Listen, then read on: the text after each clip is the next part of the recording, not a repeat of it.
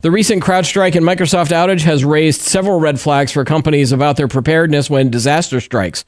Could the adoption of a chief risk officer have helped with recovery efforts? We're going to talk about the benefits and challenges around this new C-suite title on this episode of Today in Tech.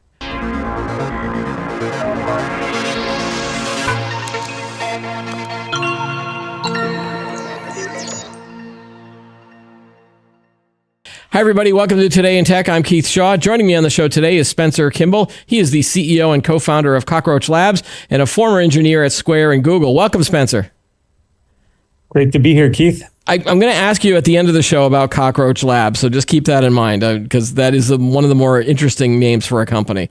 But I want to jump into the topic around the chief risk officer. Sometimes they're called chief resiliency officers. For those who might not be aware of companies that are adopting this new C-suite level title, can you explain the role of what these people would do in a large company? Like, what kind of duties do they have that might be different from another C-suite role? Well, I think with all C-suite roles, there's a lot of ambiguity on exactly what it means. So we can dig in a little bit there. This is definitely a role that's a little less in the operational details, so a little less in the tactics, and a bit more in the long-range planning. And almost, if you look at the kind of standard definition of a chief risk officer, it's often anticipating, planning, things that can affect the compliance of a business and fundamentally the revenue stream. And so that's a pretty wide purview. And oftentimes other roles will report up to it. But they're the planners, not necessarily the ones that are responding to incidents. Okay. Does this include for the resiliency officer title too? Or do those two titles, maybe like one is an idea person, one's an execution person? I think chief resilience officer and chief risk officer are not synonymous, but they're actually more alike than different. So I've heard in at least one case of a situation where the chief risk officer reported to the chief resilience officer. Both of those two roles were actually in the C-suite. Wow, that just seems like a little bit of a redundancy there. But I'm gonna take your word for it. So how does this differ from a more traditional approach? Like you get a CTO, a CIO, sometimes you get a CSO or a CISO on the security side of things. Is it just that they have tasks that they're not doing, or do you take bits and pieces from each task and throw that the way of the chief risk officer, or is it just a task and processes that haven't been done before? I think it really does come down to scale of the business, right? When a business is a bit earlier, I think it would be fairly inefficient to have something like a chief resilience or chief risk officer. When a business becomes very complex and large, and there are many different angles of risk to the business, many different lines of business and revenue streams, and a lot to protect, then it actually starts to make sense to start to take the tasks that you might ordinarily assign to a CISO and a CIO together, let's say, and start to say, okay, well, there's two different kinds of things here. There's the long-range planning and seeing around corners, and honestly, you can spend a lot of time worrying about those things and starting to design processes and ways to think about them, and plans that could be taken into effect, and then what are the implications for how you're going to train the business and do dry runs and things. That's a very different kind of thinking and a mindset than like, hey, every single day we have a list of things that have happened that we have to deal with in terms of like potential intrusions. If you're talking about a CISO, for example, vendors that we're negotiating with, there's kind of an operational day-to-day set of activities, and there's long-range planning stuff. And I think that you can helpfully separate those and actually have someone specialize in both.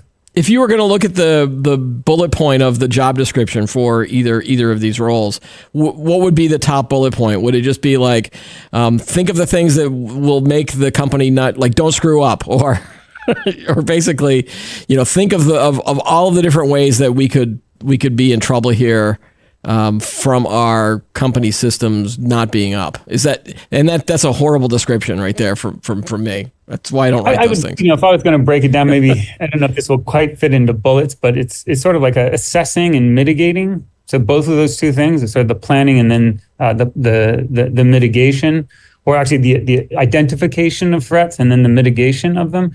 And that's around competitive landscape, regulatory and compliance, and also, I think increasingly sort of cyber threats and other technological threats. And CrowdStrike's an example, more of a technological threat, ironically, in the system that's supposed to protect you from cyber threats. Right. And this is all within that business continuity mindset too, right? Making sure that your business is up at all times, but also if something happens, getting back online is just as important, right? Or getting back Absolutely. up and running. Yeah. Do you typically see these at larger companies or, even mid-sized companies? Because I'm not imagining a small company is necessarily going to adopt this role, at least if they're still small, like maybe when they get bigger. But like, where do you usually see these, in terms of the company size? Yeah, it's definitely larger companies. I think that, is really just a function of you don't, in a smaller company, want to have too crowded of an executive team.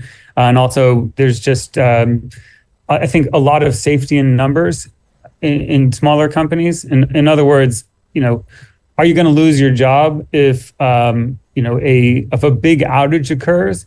That isn't your fault. Maybe as a big cyber threat, like a cloud region goes down. Your business may really struggle as a result of either of those two occurrences. But were you doing your job well enough? Yeah. You're going to keep it, or are you? What was really your responsibility? Is it to go above and beyond, or is it to do what the rest of the companies at your scale are doing? And I think at a smaller scale, you don't have to worry about these, problems to the same extent. If a bunch of other companies also were impacted, as long as you were doing the things that I think were reasonable at your scale, you're fine. And that definitely can go under the CTO, the CIO, the CISO without question. And so in reality, those roles are just more expansive at a smaller scale. But once you get bigger, then I think just the sheer value that the business represents.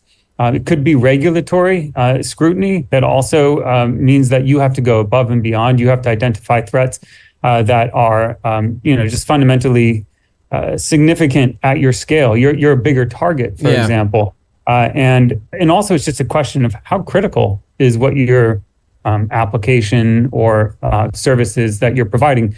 If you're a power utility company, if you're a hospital, I think some people who've been waiting in airports for days might consider the airlines also to fall in this category. Certainly banks, right? Outage is a cyber threat there that actually makes it so that people can't access their checking accounts. That is, extraordinarily painful for the consumer, right. and ultimately for the brand and the bottom line for the company. And so that's kind of where you cross a threshold, right? It's a gray area, but at some point you definitely cross a threshold where, frankly, the CEO is going to be in serious trouble. And so then they're going to say, hey, we need somebody to focus on long-term threats. And that's kind of where you trip over into saying, we need more specialized roles even at the C-level. Maybe this is a ploy by the CEO to basically have that position available so that they can point their fingers at them when something goes wrong and then go, wasn't my fault. We had a chief risk officer. They weren't doing their jobs. This, by the way, that's a very common pattern, right? It happens even earlier in the life cycle of a company. It's very rare for a small company like a startup to have a CISO, unless your business is security, for example. But, at some point, you start to get these customers that if something goes wrong and you don't have a CISO, and people are like, what's going on? What are you doing here? And I think that same thing applies when you're one of the top banks in the world, let's say. Right. And I was going to ask you if there are specific vertical industries where more of them are likely to have one of these positions versus others. But, you mentioned hospitals and you mentioned banks and you mentioned a lot of other, like a power utility. And that makes me think that almost every business does have some kind of critical need for keeping up at all times. I guess maybe, there are a few industries where you don't necessarily need that, but what well, from a self-interested perspective, every business wants to worry about these things, right? Because it's their reputation, or they feel like they're more important than they might actually be.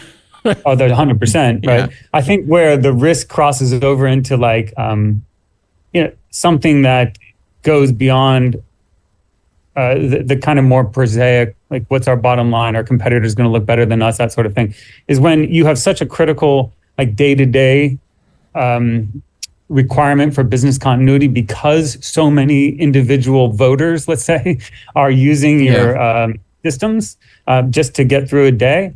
Then if you fail, there can be a lot of political pressure for the government to put scrutiny on you, to regulate you, that sort of thing. And by the way, a lot of those regulation regimes already exist in some of those areas that we mentioned, and they can just be strengthened, right? And you don't want to be the company with egg on your face when those things get strengthened. Yeah. All right. So let's get into the CrowdStrike incident. And in the framework of talking about the chief risk officer and chief resiliency officer, would a company that had one of these positions, would they have been able to see some of these signs ahead of time, or is it just it was such a random thing, or it was one of those quote unquote act of God things that happened? Like, how much do you think people were looking at this going, gee, maybe we shouldn't have a single point of failure on all of our desktops or something like that? Thoughts on that?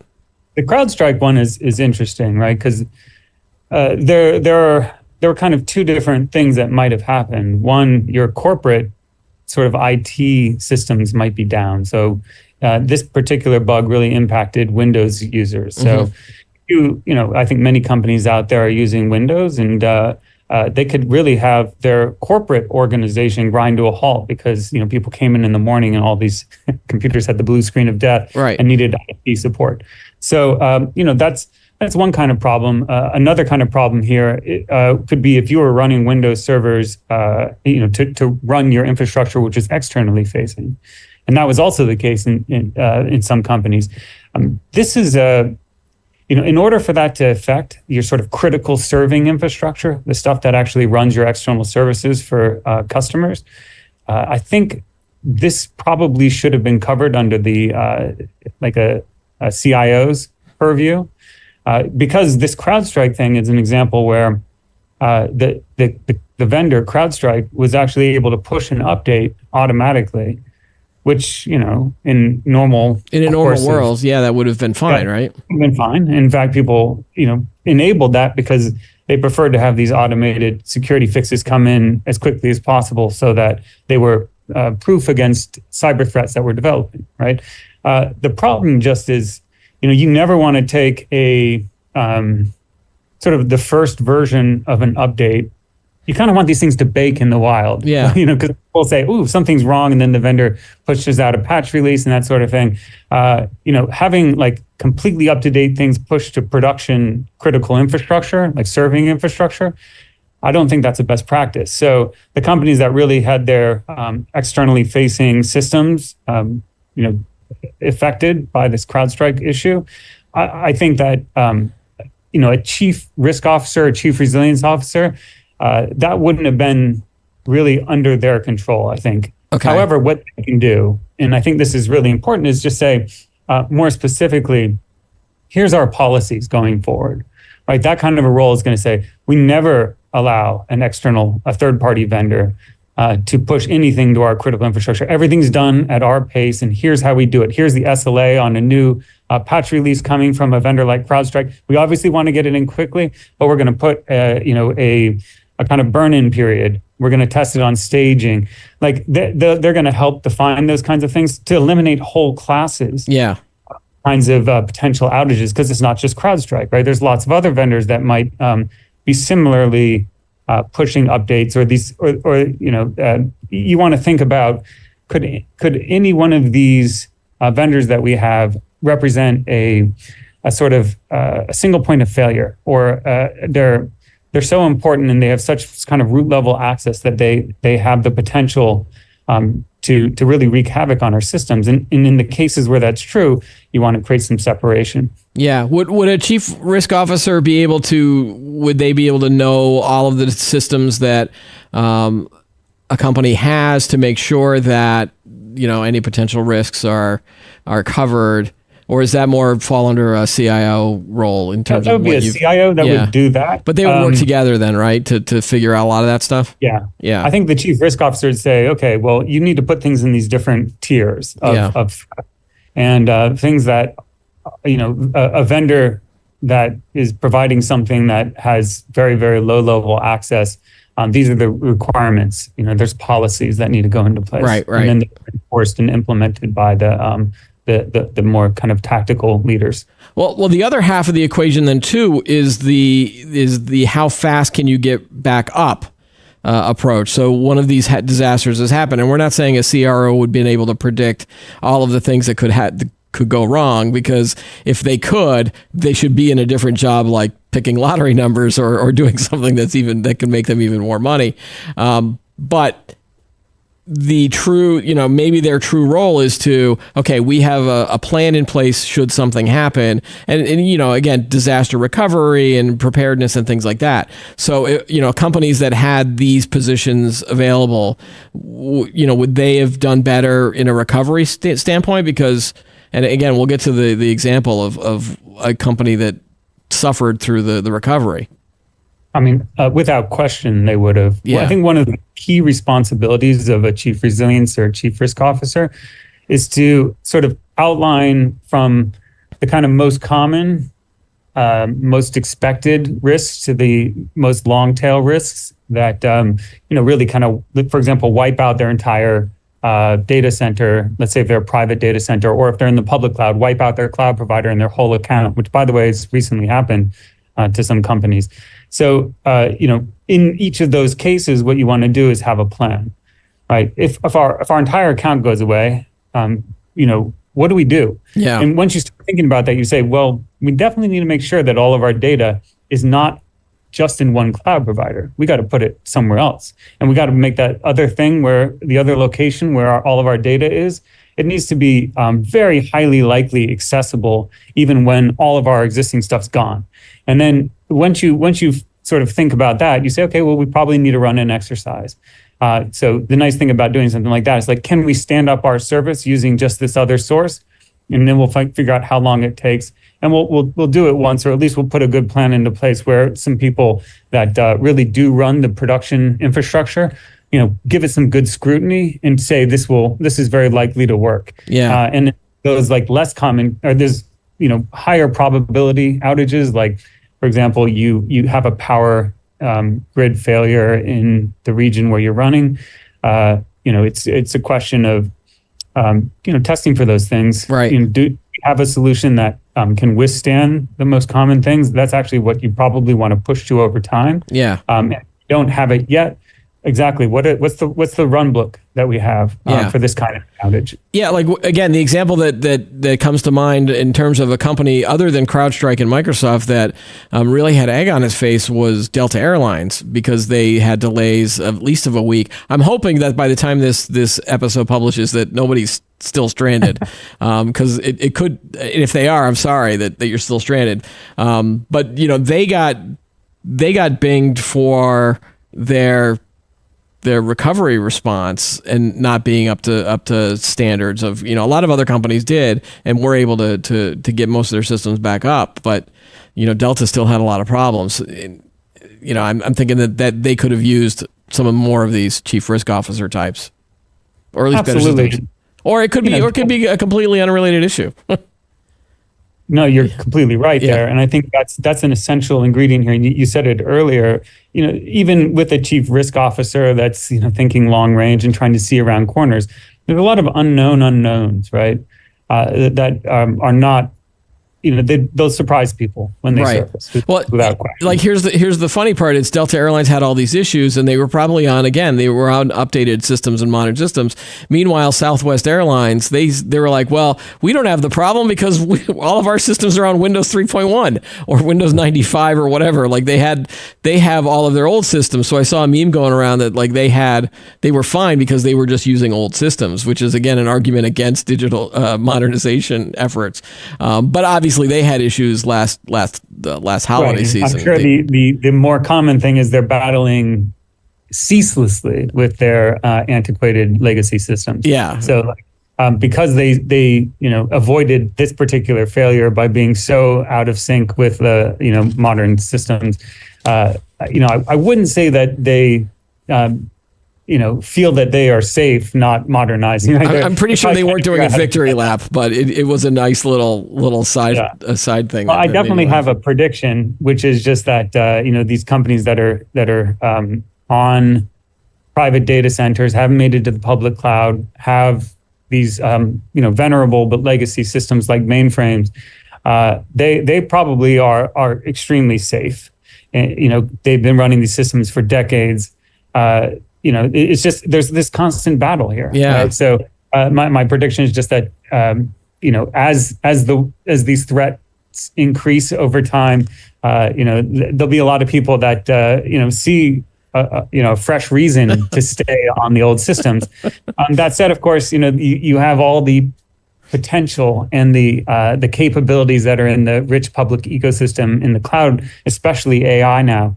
Right. That's a pull. Yeah. And so I think that, ultimately everyone will modernize, but there are some advantages to staying on. Can you imagine the memo from the CEO to the CIO or others that go, all right, I know we just modernized our complete system and we're off that mainframe. Now, where did we put that mainframe? Can we bring that back in and as part of a plan?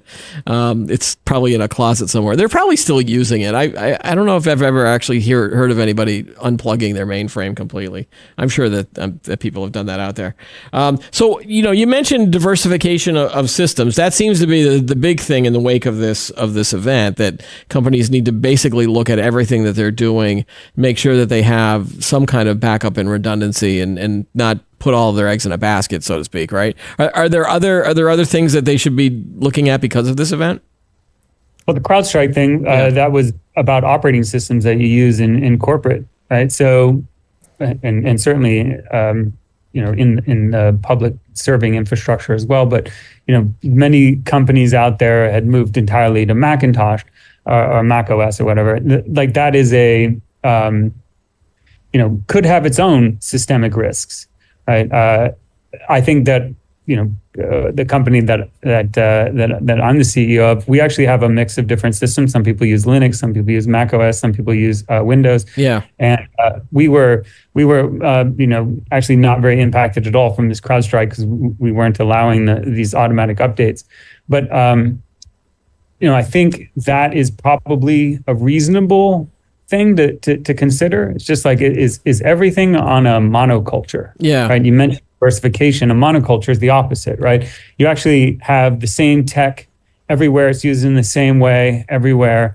And if something goes wrong, then all your eggs in that basket come crashing down and they all break together, right? That's a big problem. And weren't a lot of these monocultures developed because it was almost a reaction to the other side of that pendulum, where companies would be like, well, we can't allow companies or employees to bring in whatever the hell system they want to. Even in this case, there's only like 2 or 3 different computers that people might want to bring in, either Windows, Mac, or Linux, like you said.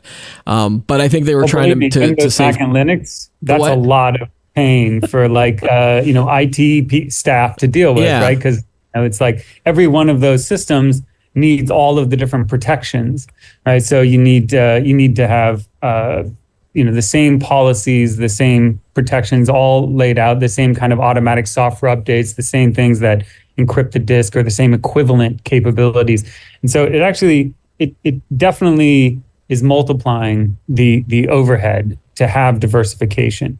And that's the again, one of these things you have to find an equilibrium that suits the risk appetite of your business. Yeah. And by the way, the technical monocultures, they're just everywhere. To your point, like CrowdStrike is a good example of one that protects against cyber threats.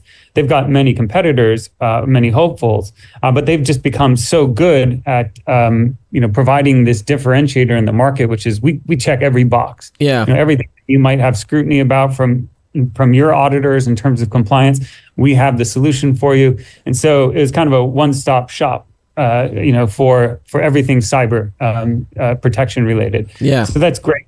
Many companies have a real technical monoculture that they're embracing that's bigger than anything in the past, which is your cloud vendor. Right? The amount of spend that most companies have for one or more of the cloud vendors is actually represents a lot of vendor concentration risk.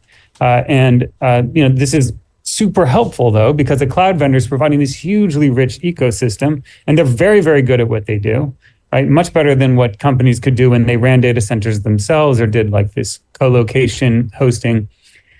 In the cloud vendors, boy, they have such economies of scale and such competent technical professionals that develop custom infrastructure and really have the art and the science of running these things down to like a perfection, but still they are technical monocultures. Yeah. And so what might go wrong in terms of like 0-day exploits used by hackers or even state actors, that actually is probably going to affect a large portion of any particular vendor. Right? Once it's identified, let's say it's a very effective 0-day exploit that gets you in to a low level of the system. Depending on what that is, that could apply to the global cloud presence, all the data centers, all the different countries for that cloud provider. Right? It could be some weakness in the system, something that can be triggered that turns off all the proper updating to DNS or something like that, and the cloud vendor is just like not visible to the internet. Who knows what these things are? Nobody knows, right? Yeah. So how do you solve for that? Well, the only way that actually I think can see around corners without identifying anything specific is to say, well, we're going to use all the cloud vendors. And in fact, we may put some of our applications on one and some on another, or we may try to run across all the cloud vendors so we can lose one, but we have redundancy somewhere else. And that can actually be active redundancy. So we actually don't even have any downtime. We just kind of notice the problem and things switch over to something else. All these things are possible. And it's really just a spectrum out there of what's been adopted and embraced across the industry. Do you think we're going to see maybe an overreaction from a lot of companies that, maybe were like realize that they had this technical monoculture and they're going to go, oh my gosh, we got to diversify. And then they just go, they're like, I want all the vendors. We're going to do all the vendors.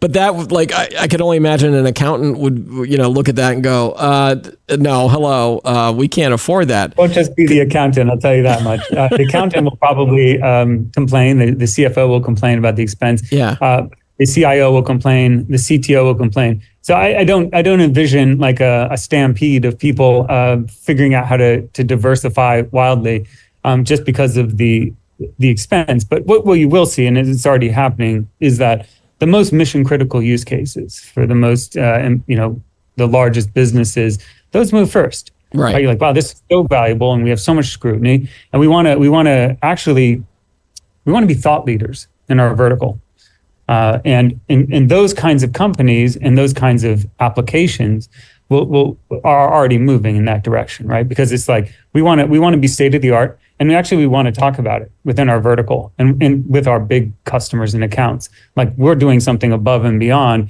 And by the way, when you talk to the regulators, you say, look what we're doing, this is great. And then the regulators kind of put pressure on the other folks in your industry to do something similar. Right. And that's kind of helps force the evolution in that direction. What are there on the C-suite board, like who needs to be allies with the chief risk officers? Do they team up with the CIO and the CTO? Or to go against the CFOs that are going to be like pushing back on any of these additional expenditures if you're not diversified already. Well, believe me, a good CFO is going to be a good ally, and you need them. Yeah. for this, I mean, you're totally right. The CIO, the CTO, the CISO, those are critical allies because they're kind of more like the implementation side. Yeah. The CEO and the CFO, those two roles are often helping to mandate these kinds of things as opposed to fighting back against it. Like the CFO's role is to protect the business's revenue stream and to increase it, right? So they want to make targeted investments that that are efficient, right? That don't waste money in order to have a way of improving the trajectory of the business or to make sure it doesn't come crashing and burning. Like CFOs are definitely risk averse in that sense. So that's how to engage them. It's like, okay, here are the different threats that have been identified. We can't solve them all. We do think this is going to be the most effective. This is the point where we think the risk of our business versus the expense makes the most sense. And they'll be pulling for that, right? You just don't. No CFO is going to want to see profligate expenditures with uncertain ROI. Right. Yeah, I'd hate to be the CFO at one of those airlines that because that's disaster, or a memo comes out that's something like, oh yeah, well we asked you for this plan and you said no. So you have to be a little bit flexible if you're a CFO too. But that's a role I don't want. So with the chief revenue officer, what kind of skills do you think that they need to have to be successful? And where do you typically see these people coming from before they become a chief risk officer? Because I just picture people like wearing the tinfoil hats and thinking about everything that could possibly go wrong. I would love to sit in an office all day just kind of thinking, writing up scenarios of what could go wrong with a company. But I don't know. Where do you usually see these people? Yeah, I suspect writing up the scenarios is probably 5% of the job, or brainstorming them. 95% is probably politics to make these things practical and effective when the disaster does occur. Where do they come from? Like, as you might imagine, accounting and auditing. So they might have that financial bent because it is about protecting the revenue stream of the business. Mm-hmm. Could be things like, coming from the CISO or the CIO perspective. And I think, I've seen some examples that are very, very specialized and might even be like a subcategory of a chief risk officer, which are coming from the intelligence community or, sort of military intelligence. Because those types of people they're always thinking about scenarios of what could happen. Is that the training absolutely. that they have? In fact, have a special perspective with a lot of, honestly, probably information that the rest of us are not privy to. Yeah. About like state actors and hacker groups internationally, and so I do think that's developing rapidly as one of the key areas of concern. It's just malicious actors, either profit motivated or otherwise. Yeah. Right? Yeah. Illogical. All right. One other question around disaster recovery that I wanted to ask you was, how often do you think companies are looking at their disaster recovery plans? And I'm sure that after this incident, they probably broke that plan out. And because I just keep thinking of a giant notebook that's got 2 inches of dust on it, and someone goes, "Where did I put that?" And then they blow, and like the dust cloud comes up. Do you see that companies are doing that on a regular basis, or is that something a chief risk officer would need to enforce? Good question. Yeah.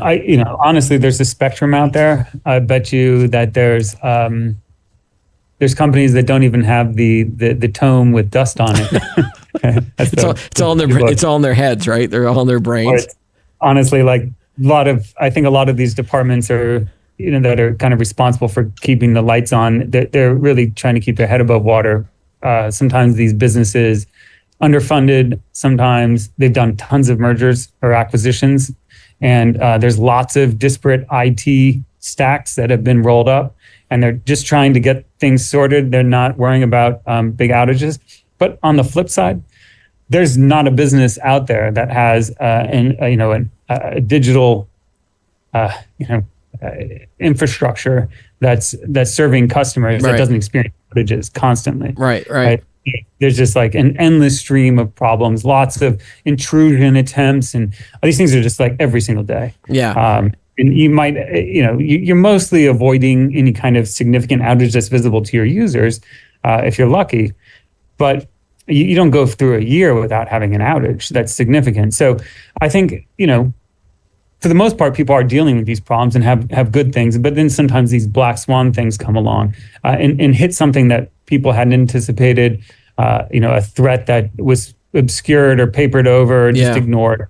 And I think there's new kinds of things that are possible. A lot of it has to do with just how complex all of these ecosystems have become. It's hard to launch something in this day and age without having hundreds of different software products interacting, and probably that many vendors involved. Right. To run something online, you need to have all these compliance certifications, all these different kinds of logging and auditing. The sheer number of things that you need to buy as a business that has something that's running, for example, in the public cloud serving customers is a little bit surprising, right? Because endlessly there's an incremental cumulative tax that just keeps growing and growing of all these things that you need to check off in order to get something like a SOC 2 compliance or a PCI compliance.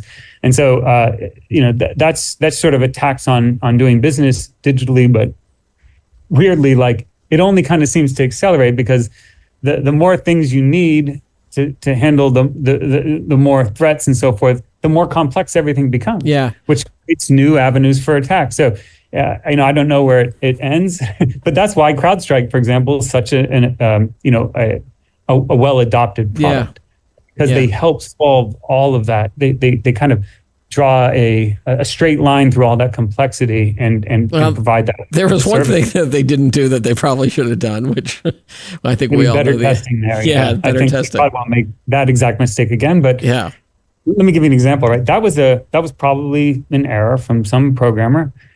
Shouldn't have gone through tests, but it did somehow. Right, there's far more insidious things that could be introduced by somebody that goes through the normal interview process, is hired to the business. The potential for zero-day exploits being inserted into any company, in every company, from the cloud vendors to like any specific piece of software, security, database, storage. All of these things are not just possible, but they already have been happening. So what do? You just got to find multiple baskets to put your eggs in. Yeah. All right. Great stuff, Spencer. Thanks again. Before we go, I got to ask you, all right, Cockroach Labs, what the heck were you thinking when you named this company? Because you're not. It sounds like you're an exterminator, but you got nothing to do with actual cockroaches, right? It's either an exterminator. It's a very, very resilient, survivable, hard to kill database. There we go. All right. That's having this discussion. I think we can draw some conclusions on which one it is. But yeah, we actually specifically are trying to provide our customers with that ability to more easily diversify how their database is running, like over what geographic distances, different facilities, different cloud vendors, and that actually does make the job that these CISOs and CIOs and chief risk officers are ultimately looking to accomplish easier. All right. Spencer, Kimball, thanks again for joining us on the show today. My pleasure, Keith. Thank you for having me. All right. That's all the time we have for today's episodes. Be sure to like the video, subscribe to the channel, and add any thoughts that you have below. Join us every week for new episodes of Today in Tech. I'm Keith Shaw. Thanks for watching.